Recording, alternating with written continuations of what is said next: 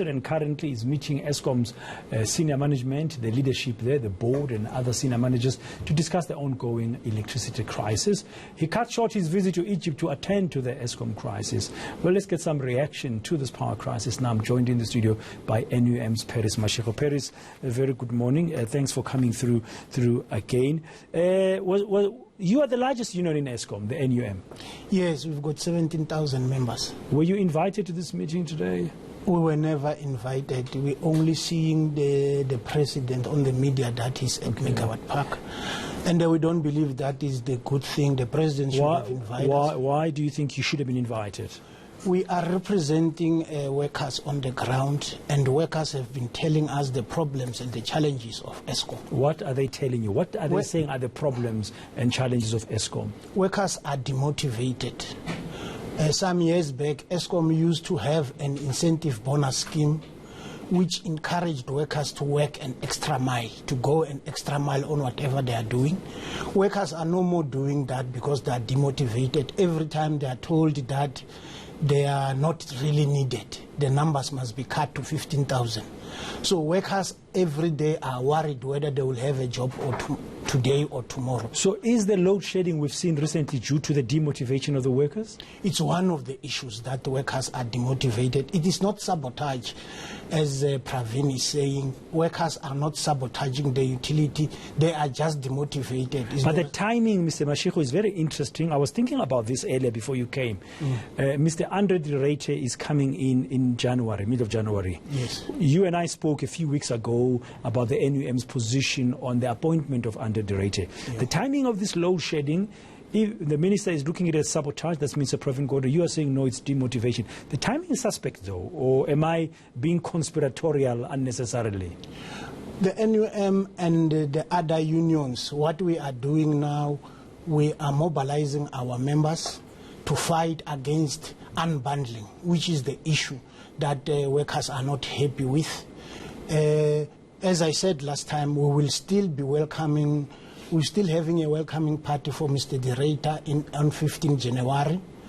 And we have planned a mass rolling action, and when the time is right, we will come to the studio and give you all the information. So let's talk about, I will ask you a little bit more about that before you go, Mr. Mashego. On the current load shedding crisis, on the efforts by the government as we're sitting here, they are sitting at Megawatt Park in Sunning Hill in Johannesburg, discussing how to sort it out.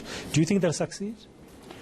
Look, the president, while he was still a deputy president, was chairing an interministerial committee with looking over Eskom. Of Eskom, but he was in the war room of Eskom. Yes. He knows the problems of Eskom, and we believe that he has solutions. But we don't think that this unbundling story will be a solution. It will not be a solution. Unbundling does not take away the declining sales volume of Eskom. Unbundling does not reduce the debt of Eskom. Unbundling does not reduce the cost of primary energy and many more problems that Eskom are facing. If the president is correct to say, in fact, he is correct to say that Eskom crisis is South Africa's crisis. We support him on that statement.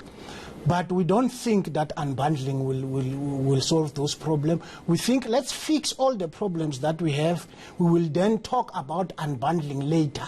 Okay, unbundling is also a long-term thing from what we understand from the government. Currently, you need to find urgently short-term solutions for the energy crisis. Yes. You are saying you represent 17,000 members in Eskom. That's a big number of members. You are the largest union. Many of them, you say, are demotivated, and part of that has led to the current load shedding crisis, that demotivation. How can the government, what can the government do? What do you expect them to do to ensure that your members get motivated again so we can have power in the short term? What should happen is that the government and Eskom leadership must talk to workers. They mustn't go to radio stations and television and talk about a bloated staff and talk about unbundling. Government and Eskom basically, they are not talking to workers. For instance, the 30 March, they will start with the transmission company. We have not been consulted to date about that. They are not talking to us, and we don't think that is the right way. So of as long electricity. as you are not around the table, you don't think there's a short-term solution. Load shedding is going to be with us for some time. According to their plans, they will have load shedding until 2025. The bigger challenge here is base load. The board of Eskom, when they came in last year in February, they have announced that they will stabilize Eskom, separate and grow Eskom. But what we have seen, they have stabilized load shedding and destabilized base load. And when they talk about the second one, which is they are not doing that, they are doing that exactly, which is unbundling. The third one is grow Eskom. You can't grow Eskom if you don't increase its sales volume. The space of Eskom is taken by independent power producers. We differ with government when it comes to independent power producers. We are saying as the NUM that independent should leave that space. That space should be taken over by government on behalf of our people. We don't believe that private people have interest in our own people. Okay, thank you very much for your views there, Paris Mashiko from the National Union of Mine Workers, the single largest trade union in Eskom. From what he is saying, it seems like Eskom's problems are not about to go away after this meeting that the president and some of his cabinet ministers and leadership at Eskom are currently holding in Megawa Park. Well,